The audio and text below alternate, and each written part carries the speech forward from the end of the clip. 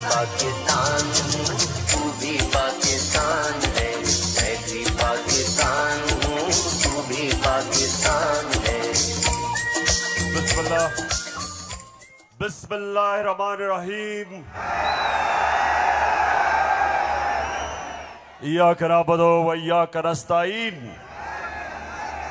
पेशावर, आपको याद है कि मैं आखिरी दफा यहां कब जलसा किया था?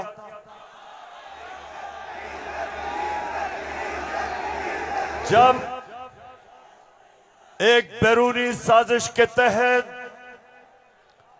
हमारी हुकूमत को गिराया गया, तो पहला जलसा मैंने उसके बाद अपने पेशावर की आवाम के पास आके किया। और माशाअल्लाह पेशावर, जब भी मैं आपको कॉल देता हूं, कभी आपने मुझे मायूस नहीं किया। बहुत बहुत शुक्रिया। अच्छा पेशावर, आज मैंने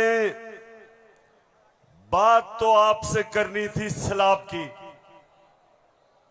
कल मैं सखर गया और मैं आपको यकीन दिलाता हूं कि अल्लाह ने हमारे पाकिस्तानियों को, खास तौर पे सिंध, बलूचिस्तान, डीजी खान, राजनपुर, डीआई खान, टांक और यहां ऊपर स्वात, गिलगित बल्तिस्तान, अल्लाह ने हमें बड़े इम्तिहान में डाला है।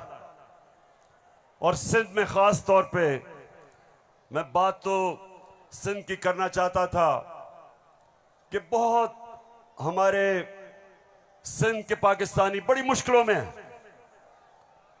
लेकिन मैं आज बात करना चाहता हूं,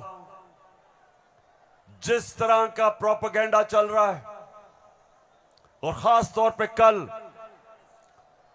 एक बड़ा मुनज़्ज़म प्रोपेगेंडा चला है, तो मैं उसके ऊपर पहले बात करूंगा और फिर आपसे पेशावर मजीद बातें होंगी। सबसे पहली चीज, मेरे पाकिस्तानियों, हम सबको एक चीज समझनी चाहिए कि कोई कौम, पेशावर, मेरी कोशिश ये है कि मेरा ये सारे जो नौजवान यहां खड़े हैं, मैं आपकी तरबियत भी करूं, आप में सियासी शऊर पैदा करूं, आपको समझाऊं कि हकीकी आजादी क्या है, आपको समझाऊं कि ला इलाहा इल्लल्लाह ये कैसे एक इंसान को आजाद करता है। कैसे जब अल्लाह से आप दावा करते हैं कि अल्लाह तेरा सिवा कोई खुदा नहीं, तो आप अपनी वो जंजीरें तोड़ते हैं जो इंसान को जमीन पे रखता है, इंसान की परवाज रोकता है। ये जंजीरें परवाज रोकती हैं इंसान की, उसकी अजमत की। और मेरे नबी सल्लल्लाहु अलैहि वसल्लम ने मदीना में ला इलाहा इल्लल्लाह से इंसानों को आजाद कर दिया। छोटे इंसान बड़े इंसान बन गए। वो अरब जिनकी कोई हैसियत नहीं थी, चंद सालों में, पेशावर, चंद सालों में दुनिया की इमामत की उन्होंने। ये तारीख का हिस्सा है। और मेरी भी कोशिश है कि मैं अपनी कौम की जो जंजीरें बंधी हुई हैं जमीन से, जो हम ऊपर परवाज नहीं कर पा रहे, मेरी भी कोशिश ये है कि मैं अपने नबी सल्लल्लाहु अलैहि वसल्लम की सुन्नत पे चलते हुए अपनी कौम को जगाऊं और कौम को आजाद करूं, ताकि ये जंजीरें टूटे और मेरी कौम ऊपर परवाज करे। तो सबसे पहले ये जो प्रोपेगेंडा किया जा रहा है, ये जो चोरों का टोला एक अमरीकी साजिश के तहत इस मुल्क पर मुसल्लत किया गया। ये जो साजिशी टोला, ये जो इस मुल्क का 30 साल से खून चूस रहा था, आज हमारे ऊपर बिठाया गया हमारी बेहतरी के लिए नहीं, इस कौम को नीचा बनाने के लिए, कमजोर करने के लिए। और इसलिए मैं आपके पास आया हूं, दूसरी दफा आया हूं कि पेशावर मैंने इंशाअल्लाह आपको अपनी हकीकी आजादी की तहरीक में शामिल करके पाकिस्तान को एक अज़ीम कौम बनाना है। जो इलामा इकबाल की ख्वाब थी, वो कौम जो कि इंशाअल्लाह वर्ल्ड लीडर्स बनाएगी, जो खुशहाल होगी, जिधर हरे पासपोर्ट की दुनिया इज्जत करेगी, जिधर जब और इंशाअल्लाह एक दिन आएगा जब हमारे पाकिस्तान से बाहर जाएंगे तो दुनिया कहेगी कि वो देखो पाकिस्तानी आ रहा है।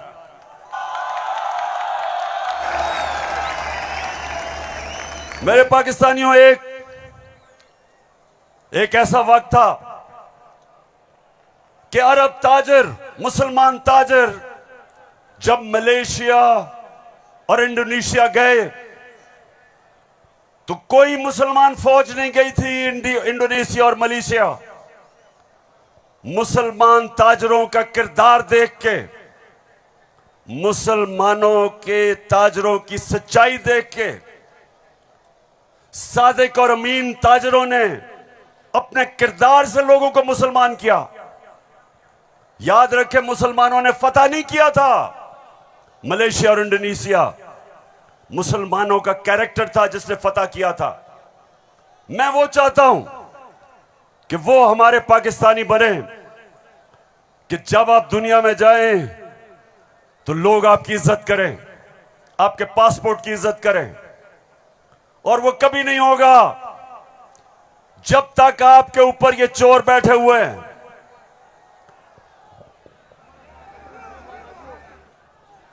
शबाज शरीफ, मैं चाहता हूं पेशावर जरा गौर से, क्योंकि आज मैंने बड़ी वीडियोस दिखानी है आपको।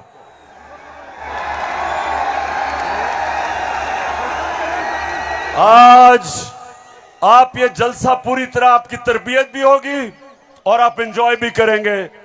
तो मैं जो आपको कह रहा था, फिर से मैं जो आपको कह रहा था कि मैं चाहता हूं कि मेरी कौम एक खुददार, गैरतमंद कौम हो, क्योंकि ला इलाहा इल्लल्लाह इंसान को गैरत देता है। जो ला इलाहा इल्लल्लाह दिल में जिसके चले जाता है, वो किसी झूठे खुदा के सामने नहीं झुकता।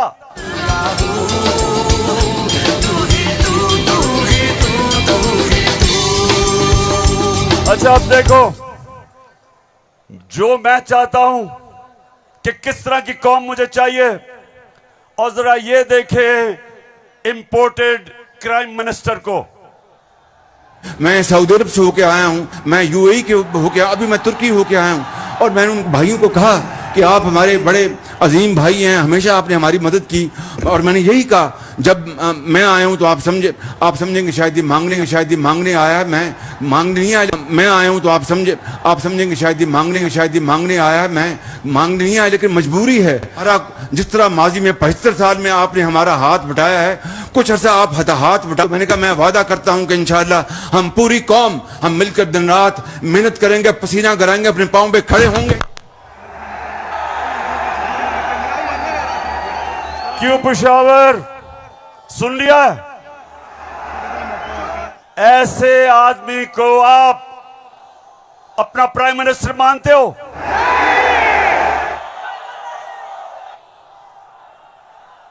अगर ये वाकई अगर गैरतमंद प्राइम मिनिस्टर होता तो पहले जो इन्होंने अरबों रुपया चोरी करके मुल्क से बाहर रखा, पहले वो वापस लेके आते, फिर लोगों से पैसे मांगते। अपना पैसा चोरी करके मुल्क से बाहर, और बाहर जाके लोगों से पैसे भीख मांगना। अच्छा पाकिस्तानियों, पेशावर, मैं आज आपको अब बताना चाहता हूं कि ये जो चोरों का टोला हमारे ऊपर मुसल्लत किया, अब इनको पता चल गया है कि ये हमें हरा नहीं सकते। हाँ, मुझे पता है कि फजल रहमान भी इनमें से एक है। अब ये जो थ्री स्टूजेस हैं, इनको पता है कि मैच खेल के तो ये अब ये जीत नहीं सकते। इनको पता है कि जब भी इलेक्शन हुआ इन्होंने हारना है। अब ये कर क्या रहे हैं? साजिशें कर रहे हैं। किसी तरह इमरान खान को डिस्क्वालीफाई करवाओ, केस बनाओ, कभी तोशाखाना, कभी वो इनका पालतू इलेक्शन कमीशन, कभी वो कोशिश कर रहे डिस्क्वालीफाई करने के लिए। अदालत के अंदर मुझे दहशतगर्द बना दिया पिशावर वालों। दहशतगर्द आपके सामने खड़ा है। कोशिश है कि किसी तरह बस इमरान खान मैच ना खेले।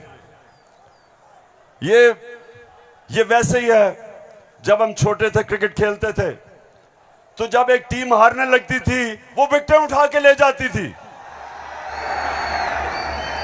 अब ये यही कर रहे हैं, मैच खेल नहीं सकते, किसी ना किसी तरह बस इमरान खान को बाहर निकालो टीम से।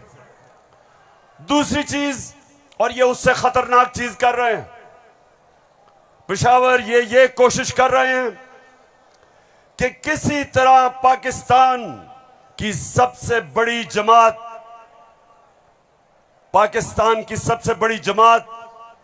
इसको किसी तरह पाकिस्तान की फौज से लड़ाया जाए। ये इनकी दूसरी कोशिश है।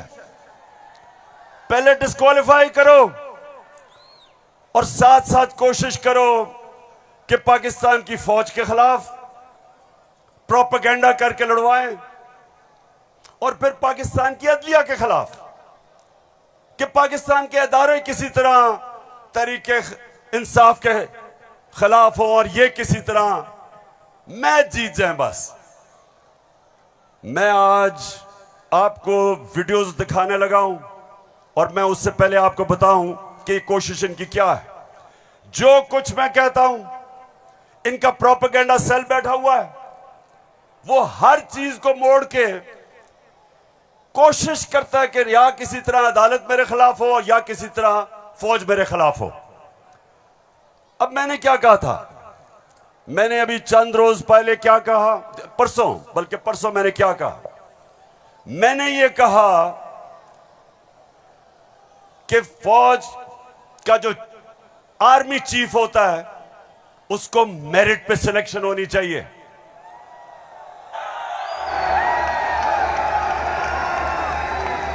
अब मुझे यह बताओ कि कोई भी किसी का खैर ख्वाह होता है, वो हमेशा चाहेगा अगर इदारा मजबूत करना है मेरिट पे सिलेक्शन हो। यह दुनिया का असूल है। आपने अगर फैक्ट्री सही चलानी है, ऊपर मेरिट पे आदमी बिठाओ। आपने अगर मुल्क को ऊपर लेके जाना है, क्रिकेट टीम अच्छी बनानी है, तो मेरिट के ऊपर सिलेक्शन हो। इसमें क्या गलत बात की थी? और मैंने साथ ये कहा था कि नवाज शरीफ और आसिफ जरदारी, ये किसी सूरत इन दो डाकुओं को पाकिस्तान का आर्मी चीफ नहीं सिलेक्ट करना चाहिए। ये क्यों कहा था मैंने ये इसलिए कहा था, सबसे पहले नवाज शरीफ मुल्क का मुजरिम है। अरबों रुपए की प्रॉपर्टीज बाहर इसकी पैनामा में पकड़ा गया, सजा हुई इसको। झूठ बोल के मुल्क से बाहर भागा, मफरूर है। मुझे यह बताएं पेशावर, जरा मुझे यह बताएं कि क्या एक चोर को, एक मफरूर को, एक भगौड़े को जो मुल्क से बाहर पैसा ले जाता है, क्या उसको पाकिस्तान का आर्मी चीफ सिलेक्ट करना चाहिए? जरा मुझे बताएं। और इधर बात खत्म नहीं होती। दूसरी, डॉन लीक्स डॉन लीग्स क्या थी? हिंदुस्तान पाकिस्तान की फौज को कह रहा था यह दहशतगर्दी कर रही है। हिंदुस्तान उस वक्त के पाकिस्तान के सिपा सलार रहील शरीफ को कह रहा था यह दहशतगर्दों का सरदार है। और डॉन लीग्स में क्या चीज सामने आती है? बजाय नवाज शरीफ और नून लीग अपनी फौज के साथ खड़े हो, वो हिंदुस्तान को पैगाम पहुंचाते हैं कि जी हम कुछ नहीं कर रहे, फौज सब कुछ कर रही है। अपने से फौज को अलग कर लिया। काठमांडू में सार्क मीटिंग में बरका दत्त किताब में लिखती है कि नवाज शरीफ छुप छुप के नरेंद्र मोदी को मिल रहा था अपनी फौज से डर के। और दूसरी तरफ आसिफ जरदारी वो अमेरिकनों को कहता है, अपने अमेरिका में पाकिस्तान का एम्बेसडर हुसैन हक्कानी वो जाके अमेरिकनों को एडमिरल मलन को कहता है कि जनाब गवर्नमेंट को और जरदारी की गवर्नमेंट को पाकिस्तान की फौज से बचा लो। ये वो लोग हैं, बताओ मुझे, ये आर्मी चीफ सेलेक्ट कर सकते हैं? क्या हम इतने अहम ओहदे इन दोनों चोरों के हाथ में देंगे? नहीं देंगे। लेकिन तीसरी चीज पेशावर सुनो, इन्होंने सबको, मैंने बार बार आपको वो मुरासला दिखाया जो अमरीकी अंडर सेक्रेटरी ने धमकी दी पाकिस्तान को, पाकिस्तान के एम्बेसडर असद मजीद को, कि अगर तुमने इमरान खान को ना हटाया तो पाकिस्तान को मुश्किलों का सामना करना पड़ेगा। और नो कॉन्फिडेंस मोशन में अभी टेबल नहीं हुई थी तब वो धमकी देता है। और सबको पता है उसके बाद क्या हुआ। नो कॉन्फिडेंस आता है, चोरी के पैसे से मेंबर पार्लियामेंट खरीदे जाते हैं, करप्शन के पैसे से लोटे बनाए जाते हैं। और आपका भी एक बहुत बड़ा लोटा था। कौन लोटा था आपका? एक ही पख्तूनख्वा से लोटा आया और बहुत बड़ा लोटा था वो। लोटों पे पैसा चलता है, लोटों पे नोट चलते हैं। और उसके बाद हमारी हुकूमत गिराई जाती है और इनको इंपोर्टेड हुकूमत ऊपर लगाई जाती है। और मेरा तीसरा सवाल है कि क्या वो लोग जो बाहर से मुसल्लत किए गए हैं, जिनके पैसे और दौलत बाहर पड़ी है, क्या उनको पाकिस्तान के आर्मी चीफ को अपॉइंट करना चाहिए? बताओ। तो मैंने ये कहा और कहते कि जनाब इमरान खान तो फौज के खिलाफ है। अभी चलो, अब मैं चाहता हूं ये नून लीग के दो, एक वजीर और एमएनए, जरा आप इनकी वीडियो देखें और उसके बाद बात करता हूं। सियासी मामला थे और जिस तरफ इस साल के आखिर में एक बड़ी तब्दीली आनी थी, उसमें तो ये नजर आ रहा था कि इमरान खान का जो गठजोड़ है ये तो अगले 15 साल रहेगा अगर इस तरह हालात रहे। और जिस तरह के उनके प्रोग्राम थे, हम सब ने डिस्क्वालीफाई होना था इस साल के आखिर में। तमाम जो अपोजिशन की लीडरशिप है, अच्छा उनका तो ख्याल था कि मैं सफाया कर दूंगा, मैं किसी को नहीं छोड़ूंगा। तो ये आपका खदशा है? मालूमात है जी, हमारी सीरियस मालूमात आपके ख्याल में जो आप ये लोगों को भूल जाता है। लेकिन कुछ माह पहले जो कहा कि हम नैब के कुछ 100 जज और हायर कर रहे हैं और हम सारे केसों को एक्सप्लाइट करेंगे, तो उस मैस लेवल के ऊपर मैस लेवल पे डिस्क्वालिफिकेशन होनी थी। बिगिनिंग शहबाज शरीफ डाउनवर्ड, शाहजाद खान अब्बासी, हसन इकबाल और ऑल ऑफ अस, सिर्फ मुस्लिम लीग नून की नहीं। आपके ख्याल में जो कोलिशन बनी है वो इसी वजह से बनी है कि इमरान खान साहब के तो फाशिस्ट प्लान्स थे ना इस मुल्क के ऊपर हमला करने के। तो लिहाजा ये आज मुश्किल जरूर है, लेकिन ये हमें याद रखना है जब हम मुआशियत की डिस्कस करते हैं कि यहां जमहूरियत का, हाकमियत का और वफाकियत का मामला भी मौजूद है जिसको हमें साथ लेकर चलना है। तो इसलिए एक लार्जर कॉन्टेक्स्ट में सियासी मामला कि जो हमें लोग कहते थे, डराते थे, दबाव में लाते थे इस बात पे कि अगर फौरी तौर पर अदम एतमाद करके आप हुकूमत में ना आए तो फलां आ जाएगा, फलां बैठ जाएगा किसी चेयर पे। कोई किसी किस्म का हमें उस वक्त भी न नोटिस था ना हमने लिया था, मगर इत्तेहादी जमातों के हम फैसलों पर के पाबंद थे। मैं आज भी ये बात कहने लगा हूं कि अगर कि जो हमें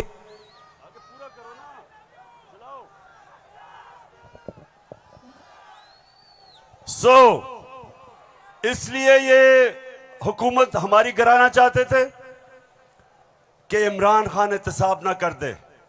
डर ये था कि अगर इमरान खान रह गया तो ये जेल में चले जाएंगे, क्योंकि इन्होंने जो चोरी किया वो पकड़ी जाएगी।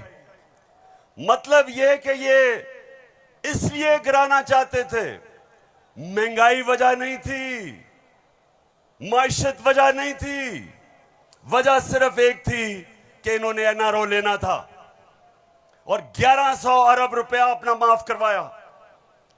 अब मैं ये चाहता हूं कि ये जो नून लीग प्रोपेगेंडा कर रही है कि इमरान खान फौज के खिलाफ है, जरा सुने कि इनके लीडर्स ने फौज के खिलाफ क्या बातें की। और मैं चाहता हूं मीडिया इसको दिखाए ताकि पता चले कि ये जो लोग आज इक्तदार में बैठे हैं और ये हर रोज प्रोपेगेंडा कि किसी तरह तहरीक इंसाफ और फौज की लड़ाई हो जाए, जरा ये सुने कि इन्होंने फौज के मुतालिक क्या बातें की थी। जनरल कमर जावेद बाजवा साहब, आपने हमारी अच्छी भली चलती हुकूमत को रुखसत करवाया, जजों से जोर जबरदस्ती से फैसले आपने लिखवाए। फौज के जवानों और अफसरों के नाम जब आप किसी फर्द वाहिद या मफाद परस्त टोले के लिए आइन तोड़ने के मुर्तकिब होते हैं, वहाँ आप खुद अपनी कौम को, अपने मुल्क और अपने लोगों को आइन शिकनों के रहमो करम पर छोड़ रहे होते हैं। हाँ, नवाज शरीफ ने ये जरूर किया कि उसने किरदारों और इदारों के दरमियान एक वाज़ेह लकीर खींच दी है। एक या दो अफराद इदारा नहीं हुआ करते, एक या दो अफराद इदारों की बदनामी का बायस बना करते हैं।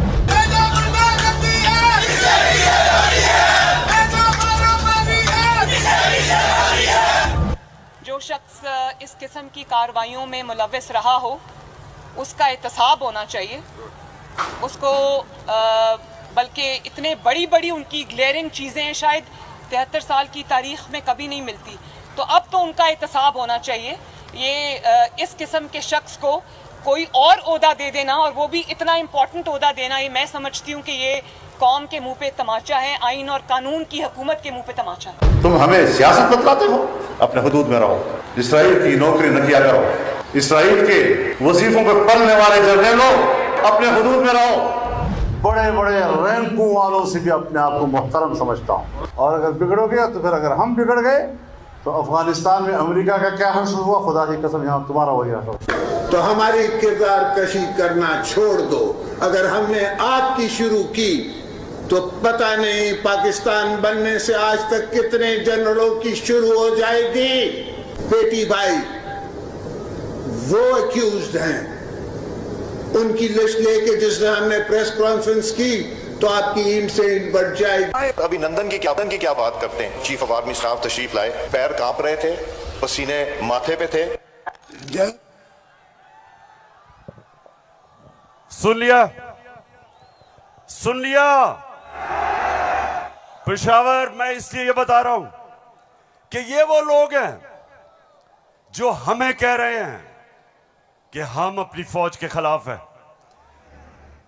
फौज भी मेरी, मुल्क भी मेरा।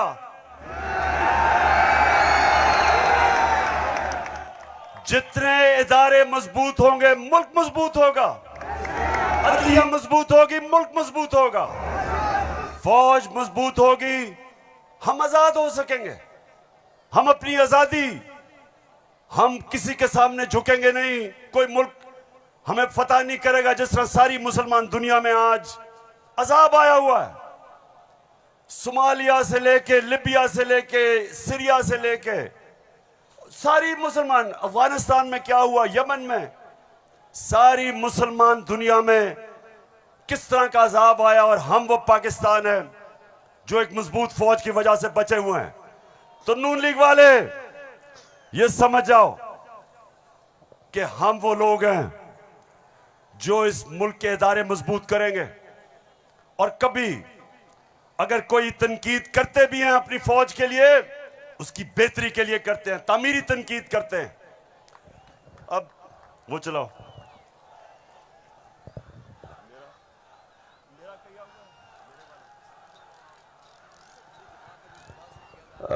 ये बड़ा इंपॉर्टेंट है, मैं अपनी सारी कौम के सामने कहना चाहता हूं। देखिए, एक तो जो फौज का इदारा है, कभी इसके खिलाफ बात ना करें, क्योंकि फौज एक ऐसी चीज है जो अगर हमारी फौज ना होती तो ये मुल्क में नहीं रहना था।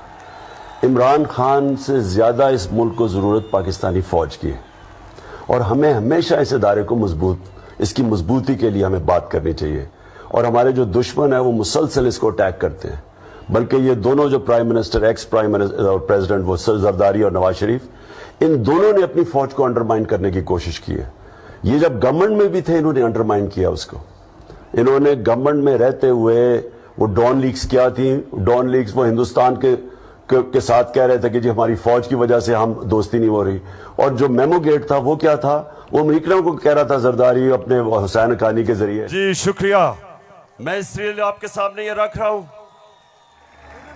कि ये मैं आज से नहीं कह रहा, ये मैं हमेशा समझता हूं। और आज तो है ही 6 सितंबर। पेशावर, मुझे अभी भी 6 सितंबर याद है। मैं उस वक्त स्कूल में था और मुझे याद है जब के लाहौर के पास हिंदुस्तान की फौज आई और जो वहां जिस तरह की हमारे घरों में बमबारी की आवाज आ रही थी, तो मुझे तो बड़ी अच्छी तरह 6 सितंबर याद है। और मुझे यह भी याद है कि सारी कौम तब खड़ी थी अपनी फौज के साथ। अब दूसरी चीज, मैं ये चाहता हूं कि आप सब देखें कि जुडिशरी के खिलाफ ये नून लीग ने पाकिस्तान की अदलिया के खिलाफ क्या बातें की हैं, जरा ये जरूर देखें, फिर मैं आप अगली बात करता हूं। इस तरह बेंच फिक्सिंग भी एक जुर्म, इस पे भी 100 मोटिव। फजल रहमान देख ले कितना गुस्सा चढ़ा हुआ है इसको। सारे फैसले एक ही जज करेगा, जैसे लगता है कि उसका जज नहीं है, उसकी पार्टी का रुकन हो। जब बेंच बना तब से लेकर आज तक के फैसले तक इंसाफ होता हुआ नजर नहीं आ रहा था। अपने एक शख्स की वजह से आज आइन की तशरीह को में फर्क डाला जा रहा है। अपनी मर्जी से आइन की तशरीह की जा रही है। फुल कोर्ट इसलिए नहीं बनाया गया कि अगर फुल कोर्ट बन जाती तो आज का फैसला मुख्तलिफ होता। मौजूदा बेंच है, उसमें जो मुअज़्ज़ज़ जज साहबान बैठे हैं, उन जज साहबान का हमारे मतलब जो उनके ख्यालात हैं उनसे भी कोई ना वाकिफ नहीं है, ना हम ना वाकिफ हैं। और उसके बाद हर वो केस जिसका फैसला हमारे खिलाफ आना हो, उस बेंच का जो है वो वही हिस्सा होते हैं।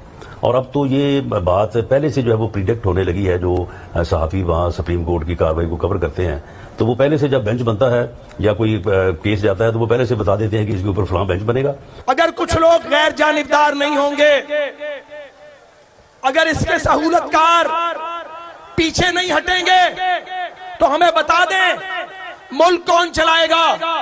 सुप्रीम कोर्ट के जजेस ने पीछे बेंड करके अपने आप को कभी इधर कि नहीं, शायद उनको समझ नहीं आई, शायद उनके तक पैगाम नहीं पहुंचा, वगैरह वगैरह वगैरह करके इनको हाथ नहीं लगाया इनको। तो मतलब ये है कि इनको कौन सी दीवार पे लगाया। तो जिस तरह मैच फिक्सिंग एक जुर्म है, इस तरह बेंच फिक्सिंग भी एक जुर्म। जब बेल का फैसला होने वाला होता था, जेल में उस दिन खबर मिलती थी कि 3 हफ्तों के लिए बेंच डिसॉल्व हो गया, नया बेंच, या कोई जज छुट्टी पे चला गया। जाता नहीं था, भेजा जाता। काजी फाइज ईसा साहब के मामले में माय लॉर्डशिप से ये पूछना चाहते हैं कि वो आपके ब्रदर जज थे ना, आपने क्या किया? तो फिर हमारी बात नोट कर लो, हम हर उस अदालत का और उस जज का घेराव करेंगे जो तुम्हारे इस गंदे और घटिया एजेंडे को परवान चढ़ाने के लिए अपोजिशन के खिलाफ जो है इक़दाम करेगा। चीफ सेक्रेटरी साहब, आपको इस बात का जवाब देना पड़ेगा। आपने इधर ही रहना है, आपके बच्चों ने भी इधर ही रहना है। कमिश्नर लाहौर साहब, आपने भी इधर रहना है, आपने सर्विस भी करनी है। इसलिए आपको ये चाहिए था कि आप इस गैर कानूनी अमल के आगे दीवार बनते और इसे बजा लाने से इनकार करते। आला अदलिया के जजेस पार्टी बनकर अगर चीफ जस्टिस वो जबान इस्तेमाल करेंगे जो इमरान खान कंटेनर पे चढ़ के करता था, तो उस जबान का वही जवाब मिलेगा जो नवाज शरीफ के सियासी मुखालिफिन को दिया।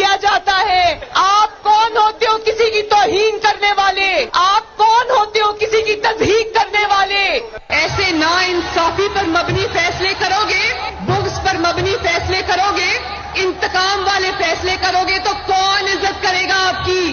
फिर तौहीने अदालत लगा देते हो। 5 मेंबर बेंच ने सियासी पार्टी बना दिया पूरी अदलिया को और उसको मुस्लिम लीग नून के सामने ला के खड़ा कर दिया। क्या बताओ, मुल्क की सबसे बड़ी अदालत की इससे भी बड़ी तौहीन हो सकती है कोई?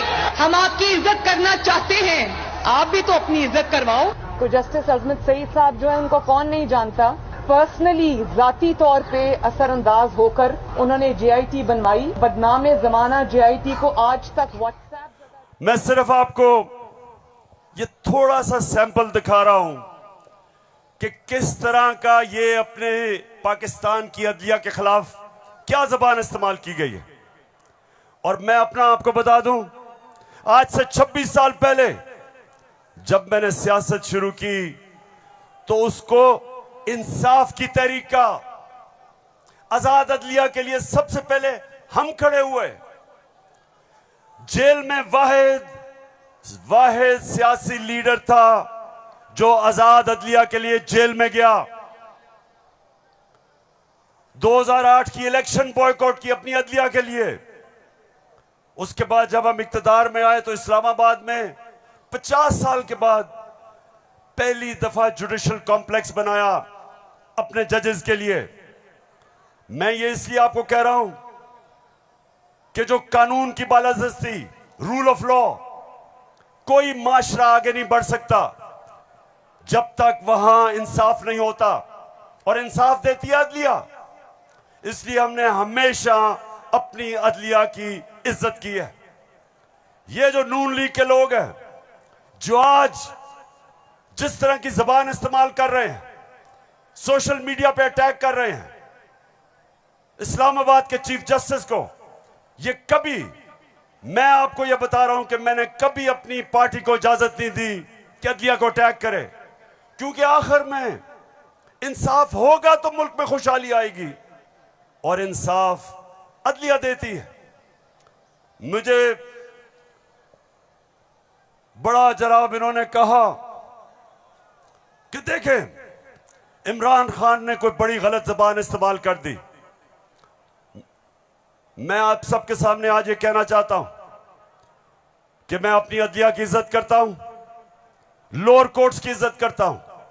वो लोअर कोर्ट्स जो आम इंसानों की खिदमत करते हैं और मुश्किल हालात में, अगर एक मजिस्ट्रेट ज़ेबा के खिलाफ ऐसे लगा कि मैंने कोई सख्त जबान इस्तेमाल की, उसकी वजह थी मैं शहबाज गिल को देख रहा था, उसके ऊपर तशद्दुद हुआ, उसको जिसको कहते हैं कस्टोडियल टॉर्चर, उसको हवालात में बंद करके तशद्दुद किया गया, नंगा किया गया। और उसकी जब हमने देखा उसके हालात और उसके ऊपर प्रेशर डाला गया कि मेरे खिलाफ स्टेटमेंट दे, मेरे ही उसके ऊपर अगर ज्यादा ऐसे लगा सख्त स्टेटमेंट है, ये मेरा मकसद नहीं था। कभी मैं ये नहीं समझ सकता कि मैं किसी जज को धमकी दूं, लेकिन मैं आज सबको ये कहना चाहता हूं कि इस मुल्क में जब तक इदारे मजबूत और ताकतवर नहीं होंगे, मुल्क ऊपर नहीं आएगा। आज अगर मगरिब के अंदर खुशहाली है तो वहां इंसाफ है। जितना ज्यादा इंसाफ और कानून की बालादस्ती, उतना खुशहाल माशरा। तो मेरी तो पहले दिन से यह स्ट्रगल है।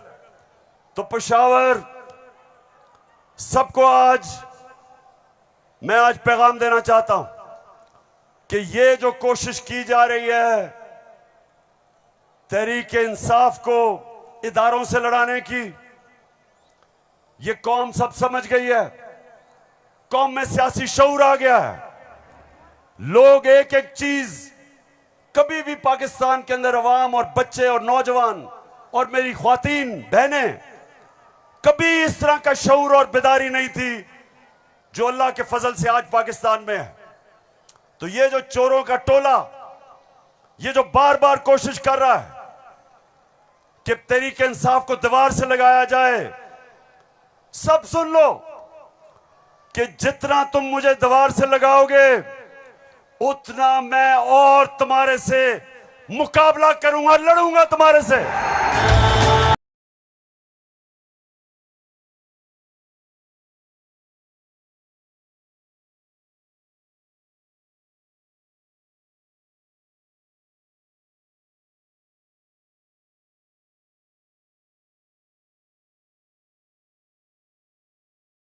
अपनी सारी कौम, सारी कौम के पास जा रहा हूं। 7 महीने से मैं पब्लिक में हूं, हर शहर में जा रहा हूं, अपनी कौम को तैयार कर रहा हूं कि मेरे पाकिस्तानियों, जब मैं तुम्हें कॉल दूंगा तुमने निकलना है मेरे साथ। कहती है ये राहे अमल, आओ हम सब साथ चले, मुश्किल हो या आसानी हाथ में डाले हाथ चले, धड़कन है पंजाब मगर दिल अपना मेहरान है।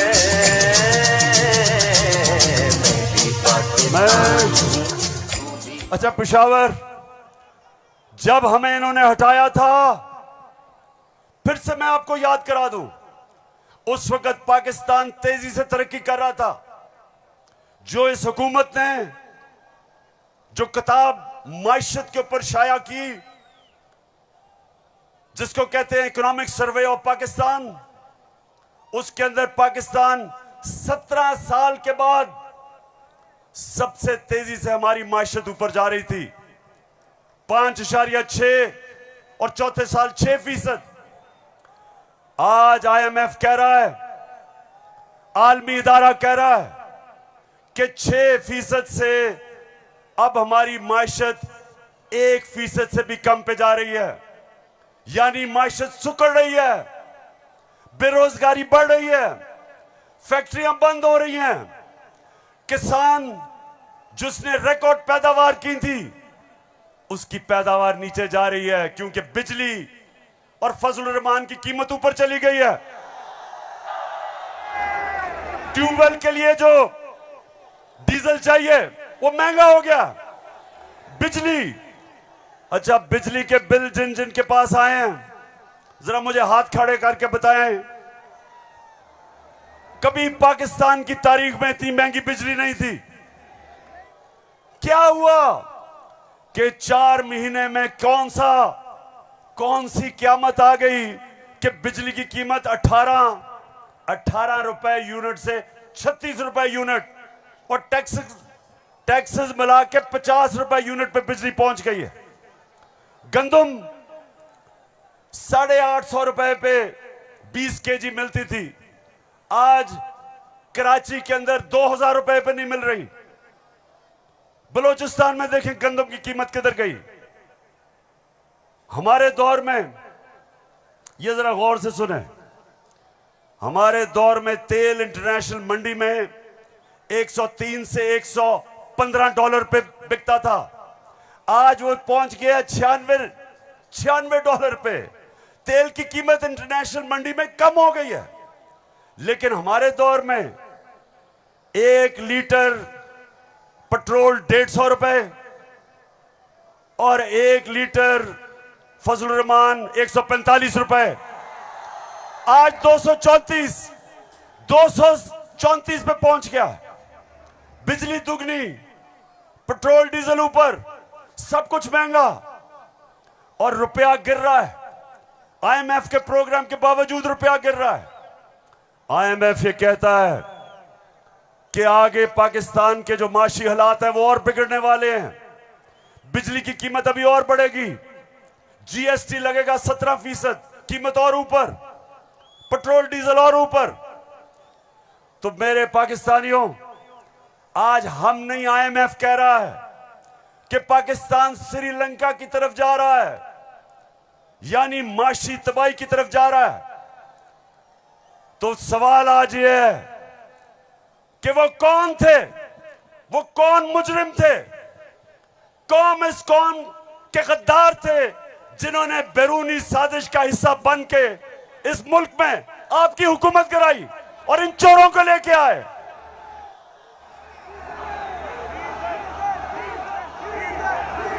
मैं अब जरा जो आपको आजकल जो नवाज शरीफ की बेटी आजकल बनी हुई है, मालिका बनी हुई है पाकिस्तान की, प्रोटोकॉल उसको प्राइम मिनिस्टर का मिल रहा है। जरा मैं सारी कौम के सामने बताना चाहता हूं कि इसका सबसे बड़ा मसला यह है कि इससे सच नहीं बोला जाता। जरा ये आप फिल्म शो देखें ना, आपकी इनकम इतनी है कि आपको ये प्रॉपर्टी आप ले सकते हैं कि आपने मेफेयर के अंदर जो आपकी 4 अपार्टमेंट्स हैं उनकी 1 अरब से ज्यादा, 1 अरब रुपए से ज्यादा उनकी कीमत है। अब 4.5 अरब तक पहुंच गई है उनकी कीमत। आपने अपनी जो टैक्स में टोटल आमदनी बताई है 94 में 1.5 लाख रुपए है। मुझे ये बताएं कि आपने अरबों रुपए की मेफेयर में प्रॉपर्टी खरीदी कैसे?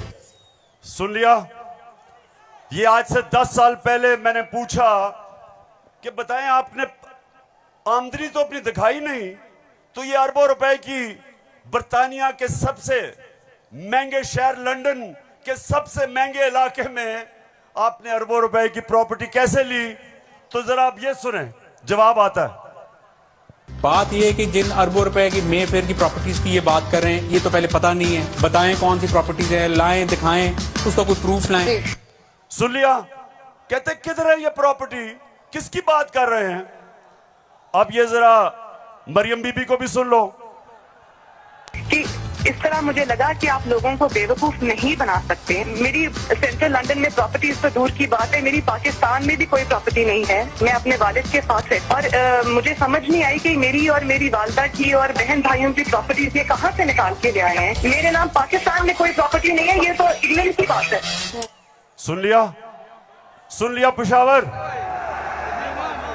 सुन लिया आपने, मेरी बहनों आपने सुन लिया कि लंदन तो छोड़े मेरी पाकिस्तान में भी कोई प्रॉपर्टी नहीं है। मेरे तो बहुत बुरे हालात हैं। अब मरियम बीबी को नहीं पता था कि एक इंटरनेशनल इंकशाफ होता है, पैनामा पेपर्स। दुनिया में जो सीक्रेट डॉक्यूमेंट्स हैं वो लीक हो जाती हैं। बड़े बड़े दुनिया में प्राइम मिनिस्टर और वजीर सब पकड़े जाते हैं, उसमें हमारे शरीफ खानदान भी फंस जाता है।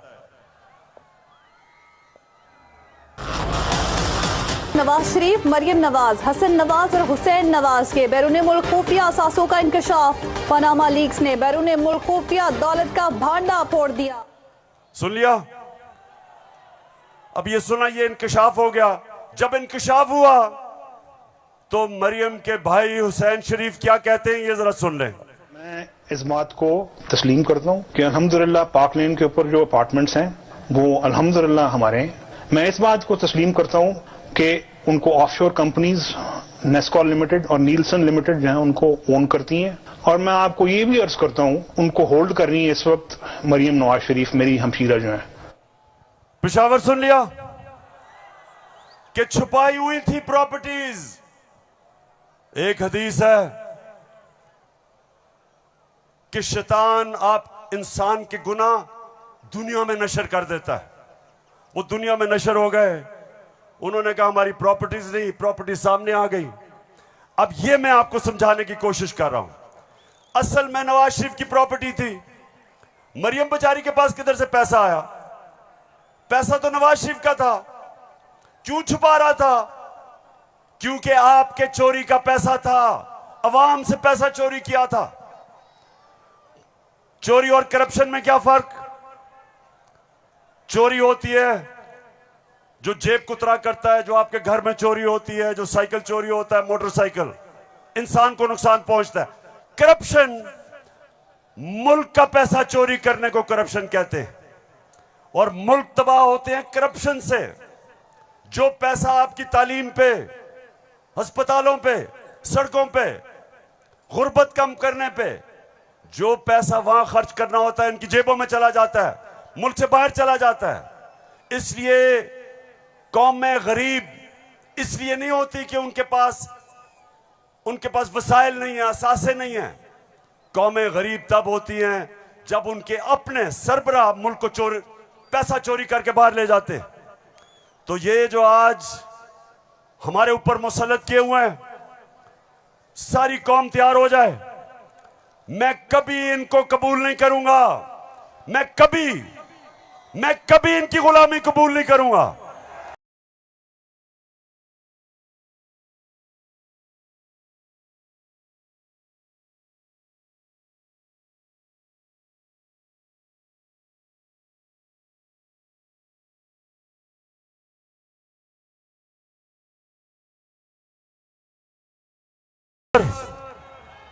हाथ खड़ा करके बताओ आप तैयार हो जब मैं आपको कॉल दूंगा? आपने सब तैयार होना है। जिस तरह मैं आपको कह रहा हूं, कहता रहा हूं, मैं हूं आपका कप्तान और आप मेरी टीम हो।